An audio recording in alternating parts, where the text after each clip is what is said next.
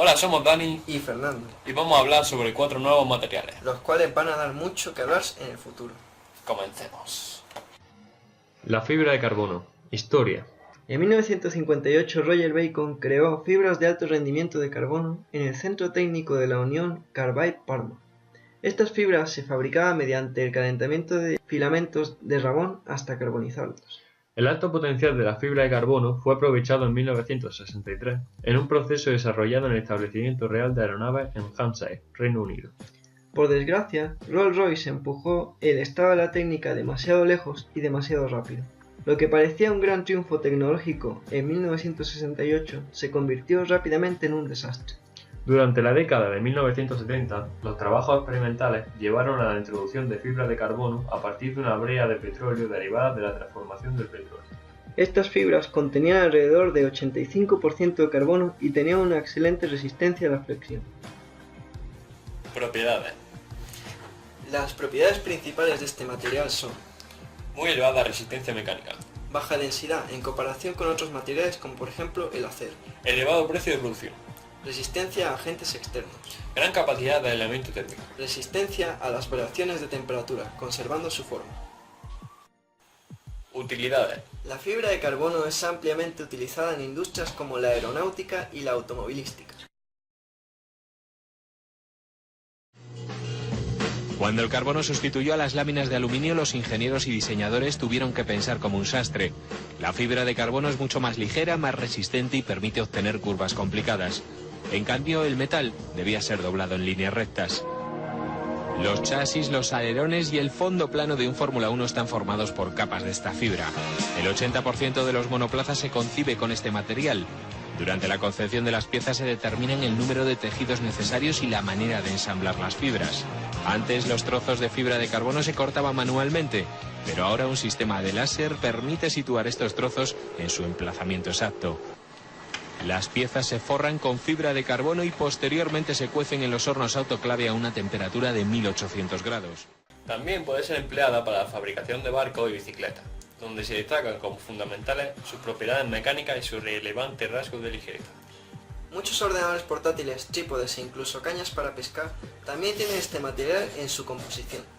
Las propiedades metálicas sirven para hacer nanocircuitos, las propiedades semiconductoras para hacer diodos y transistores, y las propiedades de emisión de campo para hacer pantallas planas, tubos de rayos X, lámparas luminiscentes, litografía por haz de electrones. Algunas de sus otras propiedades son, por ejemplo, como que resuenan mecánicamente ante una señal electromagnética. Tienen un comportamiento resistivo, capacitivo e inductivo. Se deforman en presencia de un campo eléctrico y transforman luz en electricidad. Producen luz al inyectarles carga. Aerogel. Historia. En 1931, Steven Kistler consiguió demostrar que un gel contenía una red sólida y continua del mismo tamaño y forma que un gel húmedo. La forma más lógica de demostrar esta hipótesis consistía en extraer el líquido del gel húmedo sin dañar el componente sólido. Kistler supuso correctamente que el componente sólido del gel era microporoso y que el punto de contacto entre el líquido y el vapor del líquido empleaba grandes fuerzas de tensión superficial que colapsaban la estructura del poro. Kistler entonces descubrió el aspecto fundamental de la producción de aerogel. Propiedades. Los aerogeles son materiales sólidos, rígidos y secos que no se parecen a un gel en sus propiedades físicas. El nombre proviene del hecho de que están hechos a partir de geles. Los aerogeles son buenos aislantes térmicos, ya que casi anulan 2 de los 3 métodos de transferencia de calor. También son buenos aislantes conductores porque están compuestos casi en su totalidad a partir de un gas, y los gases son muy pobres conductores del calor. El aerogel se puede fabricar a partir de muy diferentes materiales. Las investigaciones de Kistler consistían en aerogeles basados en sílice, circonio, alumina, óxido de cromo, estaño y carbono. Utilidades. El aerogel tiene varias aplicaciones comerciales, aunque principalmente ha sido utilizado como aislante térmico de las ventanas de los edificios de las oficinas. El uso más obvio de los aerogeles es como aislante térmico ultraligero para estructuras aéreas, lo que en teoría permitiría a estas flotar indefinidamente en el aire. Por ejemplo, el pabellón de los Estados Unidos en la Exposición Universal de Montreal es una cúpula geodésica tan ligera que una diferencia de temperatura entre el aire del interior con el exterior la haría flotar. El aerogel también puede servir como parachoques en automóviles, pues amortigua los golpes en un 89% de intensidad. Historia. El grafeno ya fue descrito y se conocía desde la década de 1930, y en 1889 ya se mencionaba la posibilidad de formar filamentos de carbono por descomposición térmica de hidrocarburos gaseosos.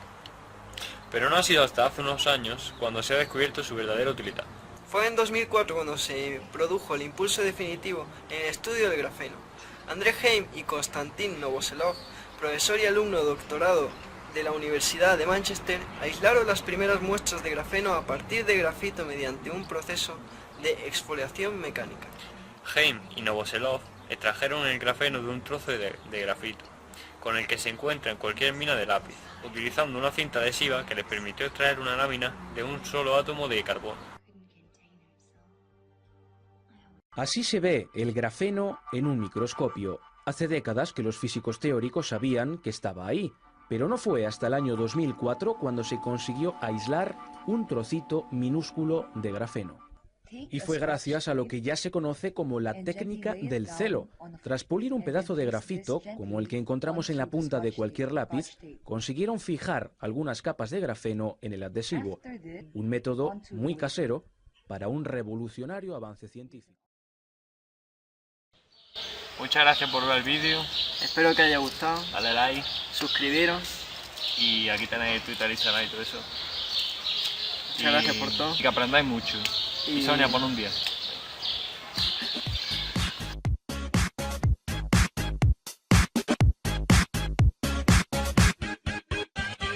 Aplicaciones. Podría emplearse en la fabricación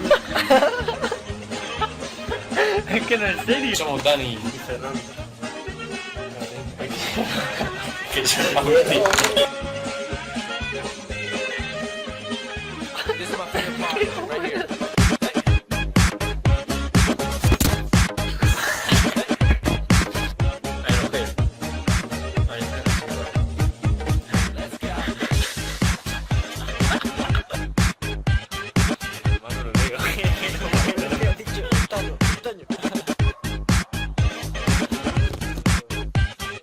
Vamos a checar qué compra.